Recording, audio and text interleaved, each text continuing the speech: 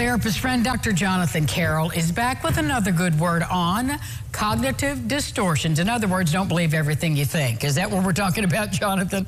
That's exactly right, Angie. Good morning. Well, let's talk about that because we all do have our inner critics and we all do get involved in thinking that I'd call stinking thinking sometimes. So why do we do it and what can we do about it? Well, this is one of the most life-changing things that I get to talk about with people, including think about myself, and that is that the thoughts we think are not always true, and they're certainly not always helpful. We walk around with a mental narrator, kind of an annoying roommate that interprets and judges and criticizes and reacts to things, but that voice isn't necessarily wise because often it's conditioned by fear and trauma and habits and old stories.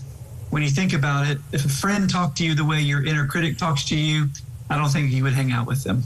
Well, it's the truth. I mean, I've certainly done that to myself. All right, so we all know we do it. Are there things that trigger it, or is it just sort of this ongoing monologue with this aggravating narrator?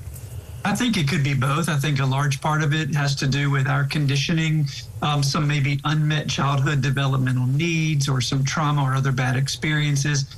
We're talking about cognitive distortions, which is mental traps or tricks that our minds play that distort what is real. And there are a couple of common ones, things like catastrophizing.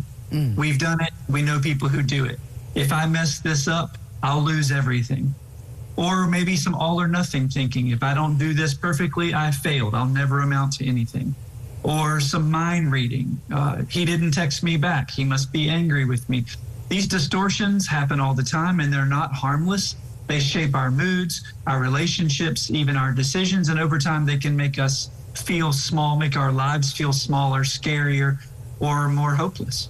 Well, when we're sitting in the room opposite you having these conversations, what are your recommendations for all of us? I mean, since most everybody is a victim to this in some way or other, what steps can we take for our own benefit, Jonathan? So first of all, I would rather us not argue with our thoughts, but rather examine them. Welcome them as if we would a friend or at least an acquaintance. Come to the table, ask it questions, get to know it. This is where psychology and philosophy become very helpful for us. Socrates said the unexamined life isn't worth living. Today we say the unexamined thought isn't worth believing. So ask yourself, is this thought actually true? Where's the evidence for it? What is that evidence? For it or against it? Whose voice is this really?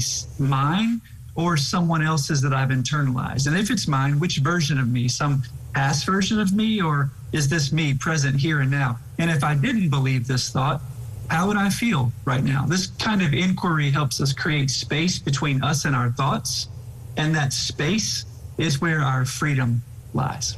Jonathan, I think it's important to talk to someone who's safe. Maybe if you can't get yourself there yet, to find someone like you or a trusted friend to have this conversation with.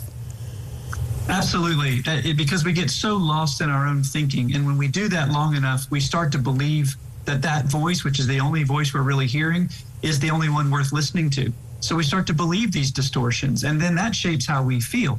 So then how we feel shapes everything that we see. So everything that we see looks like how we feel, and all of a sudden we're in a maelstrom of some pretty unfortunate thinking. All it takes is one person whom we can trust, who can help reflect back like a mirror the actual truth to us until we learn how to do that ourselves, and we can begin to trust what we think again. Jonathan, this is such an important topic. Thank you so much for weighing in. Thank you, Angie, for having me. Take care. You too. And we'll be back with more Lifestyles right after this. Stay with us.